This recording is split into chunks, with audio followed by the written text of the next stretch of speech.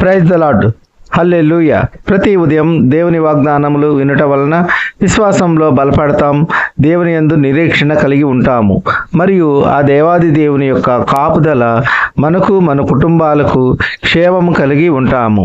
ఈ దినమునకు ఏర్పాటు చేయబడిన వాక్య భాగము పరిశుద్ధ గ్రంథము నుండి కీర్తనల గ్రంథము 91వ అధ్యాయము 14వ వచనం.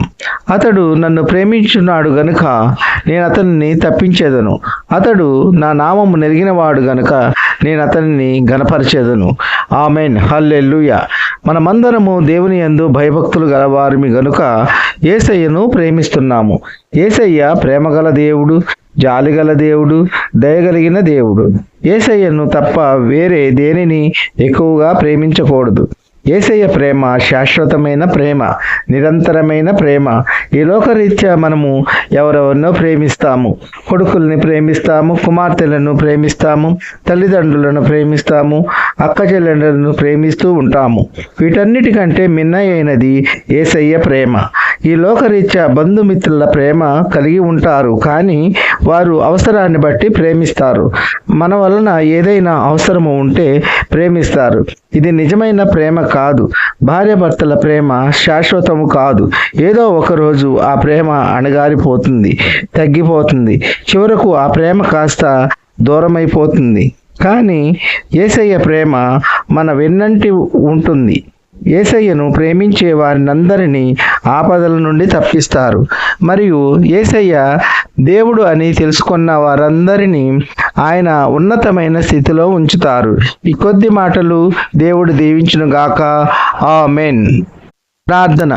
కృపా సత్య సంపూర్ణుడా, మీ ఘనమైన ఉన్నతమైన నామమునకు వేలాది వందనాలు స్తుతులు చెల్లించున్నాము తండ్రి.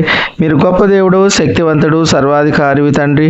మీకు స్తోత్రములు. ఈ వేకువనే లేచి ఎందరైతే మీ వాక్యం విని అంగీకరించి ఉన్నారో అట్టి బిడ్డల పట్ల మీ కృప ఉంచండి, మీ కాపుదల దయచేయండి.